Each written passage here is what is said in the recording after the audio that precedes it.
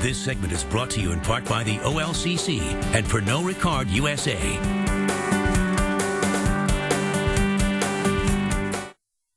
You know, it's a busy time of year for high schoolers. There's prom, there's graduation to celebrate, but it's also a good opportunity for parents to reinforce the rules, especially when it comes to underage drinking. According to one study, 74% of teens aged 13 to 17 say their parents are the #1 influence on their decisions about whether or not to drink. So joining me right now is Shannon Hoffeditz, and thank you. You've been sitting here for a while. I talked through that, but thanks for being here. She's with the Oregon Liquor Control Commission, and we have some tips we're going to talk about for parents. And I mean, I am a parent of teenage kids, and so this is very important things. First of all, you need to do what as far as rules are concerned? It's very good to communicate. You want to set clear expectations with your teens about not drinking.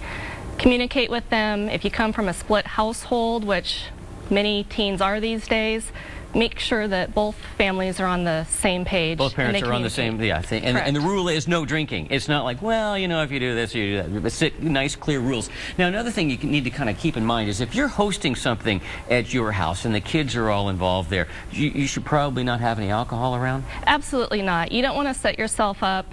You don't want to set a bad example for the children. It's against the law to provide alcohol to teens, and you don't want to set yourself up for failure, in other words. For failure, or for any type of third-party liability suit if those children consume alcohol and go off and hurt themselves or somebody else. Then you're in all kinds of trouble, and it goes on from there. Now, if you do have some alcohol in your house, is it a good idea to maybe kind of, if you're going to be out of town or something, keep track of how much you have before you leave? Take an inventory. Make sure your kids know the expectations and take an inventory and know that they know what the consequences will be if something is missing or if something bad happens while they're exactly. while you're gone. Now, if the kids are going somewhere, and, you know, of course, they're driving age and things of that nature, other things to kind of keep in mind, you know, even as they stay sober, is just to stay safe in the car. Is that right? Absolutely. Be sure the kids buckle up.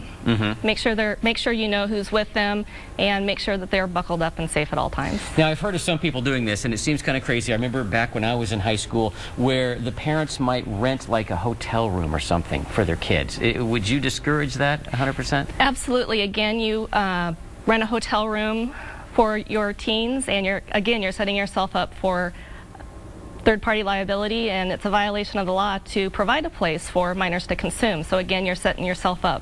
Now, I know sometimes the kids, the last person they want to listen to would be their parent. Is it a good idea to maybe try to encourage other people to kind of back you up on your ideas?